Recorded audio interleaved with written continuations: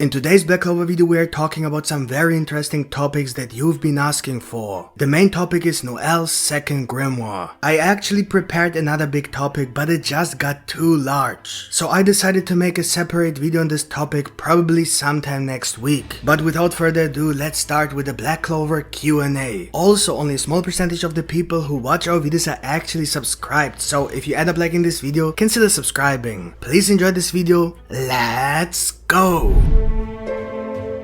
I definitely won't answer all the questions today, but we will catch up on all the other questions, maybe even by next Sunday. Let's see, I promise to answer all the questions. Question 1. Do you think there's another way to get a second grimoire without having a second soul? And if so, is there a character you think will get a second grimoire? Or rather, if you had to choose, who will it be? Okay. Let's ignore Asta, since I already made a whole video on this topic. But anyway, let's start with the question if there's another way to get a second grimoire without having two souls. Yes, but no. I mean, there are ways to have two grimoires without actually having two grimoires. For example, if you're a hybrid like with Charmy, or if you're one of the victims of Morris experiments, where you are then able to use a strange grimoire with two magic abilities. Otherwise, it shouldn't be possible, unless you are a special exception, like having two souls, or as is the case with Asta, where it's not 100% sure if he really owns the grimoire or not. But more on that in another video coming out next week. But there's one grimoire that does not work in the same way as all the other normal grimoires. The grimoire of the Heart Kingdom Queens is passed on from queen to queen. Lolopechka has been revealed that the grimoire grows stronger from generation to generation, and that she's not worthy to possess it, since everything she can do is based only on what the previous queens have achieved.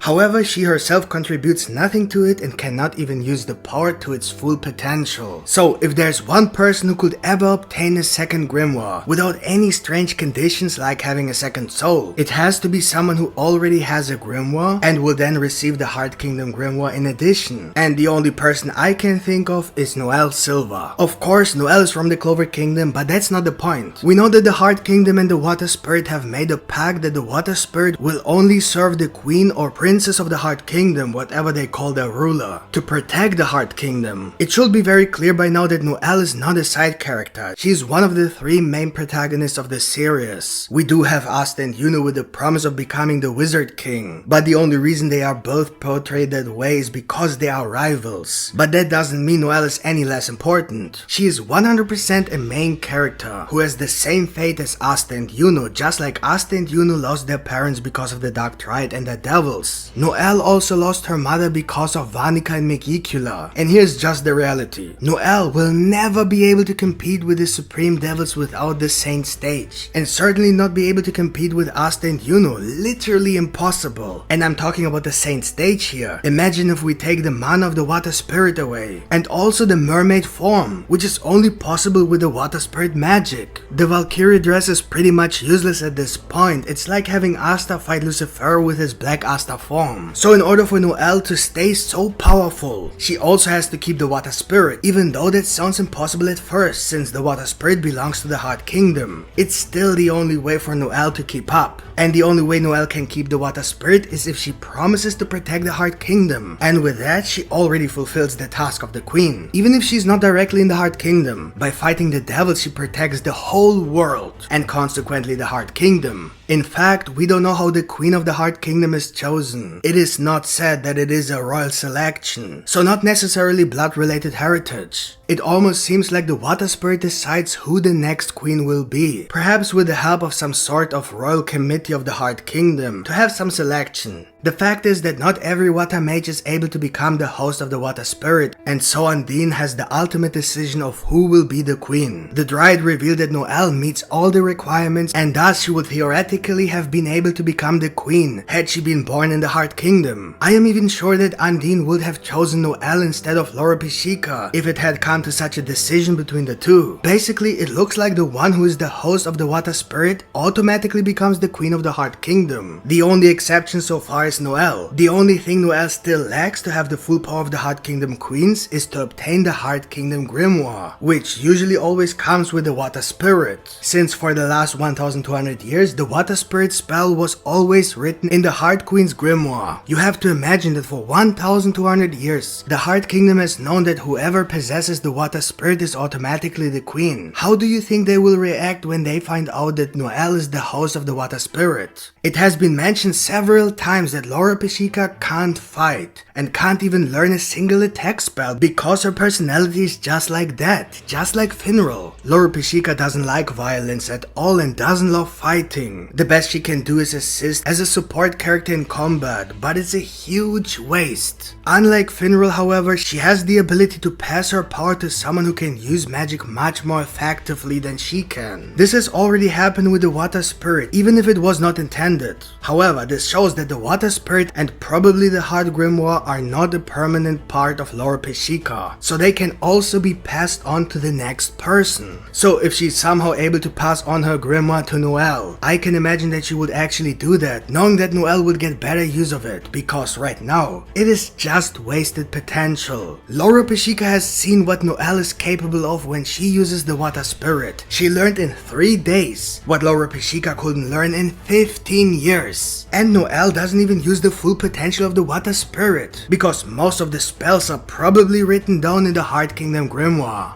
Even the water spirit has admitted that Lolopechka was the wrong choice. Although her mana potential and control was above average, her personality is simply not meant for combat and therefore not to protect the Heart Kingdom. And so the water spirit even deliberately tried to maintain Lolopechka's innocence, thus hid from her the Saint stage, knowing that she would not learn it anyway. Indirectly, both the water spirit and Lolopechka agreed with the fact that in terms of strength and fighting talent, she's just not worthy to be the princess of the Heart Kingdom. Obviously, however, there's no other choice in the Heart Kingdom, so Lolopechka herself has no choice but to maintain this position until the next worthy person is born and reaches a certain age at which she can inherit the water spirit, and then become the new queen. Now it so happened that suddenly Noelle Silver appeared and also happened to meet all the requirements to be the host of the water spirit, and thus also theoretically the queen of the Heart Kingdom. Noelle is more talented than any other magic knight we have ever seen, with the exception of perhaps Mereoleona. Noelle learned how to use ultimate magic and spirit dive to the Saint stage level in only 3 days. Yuno took months, and Yuno is supposed to be a prodigy. It doesn't look like he's more talented than Noelle. However, it's a fact that even with the Saint stage, Noelle can't keep up with Asta and Yuno in the future, as both still have a lot of room for improvement. For example, Yuno just got a new magic ability and hasn't even used the magic stone yet. Asta has literally reached a god level where he can even kick the king of the underworld's ass, though his new form was only the weak version since he was already weakened. Also, Asta hasn't even used the true potential of anti-magic until now. With the latest transformation, Asta has finally started to use anti-magic without his swords. But Noelle seems to have literally no further possibilities to improve unless there's another stage after the Saint stage, which Noelle can't reach without the water spirit, so she has to keep at least the water spirit. But if there's really higher level than Saint stage, then most likely Yuno will reach this level as well. He will also be able to use all the additional possibilities he has, which Noelle does not have. So the only way Noelle can make up for this difference is to obtain something that gives her additional power, just as is the case with Yuno and Asta. For example, the Grimoire of the Heart Kingdom Queens, which would make her so overpowered that she might even become one of the strongest characters in Black Clover. We are talking about 1200 years of history here. If we assume 30 years per period for a queen, that equals the knowledge and experience, magic and spells of 40 different queens, with all their different strength. So if anyone can get a second grimoire without any weird condition, it's Noelle. Whether it will actually happen or not depends on Lolopechka. Okay, that's it. I will keep the following questions shorter. Question: we found out that Charmy was recruited by Yami in the forest. What are your thoughts on this possibly backstory? It will probably become relevant at some point because Charmy's backstory won't happen until the dwarf arc starts, and then we will find out how Charmy ended up with the humans in the first place. So the fact that Yami found her with what appeared to be very old clothes,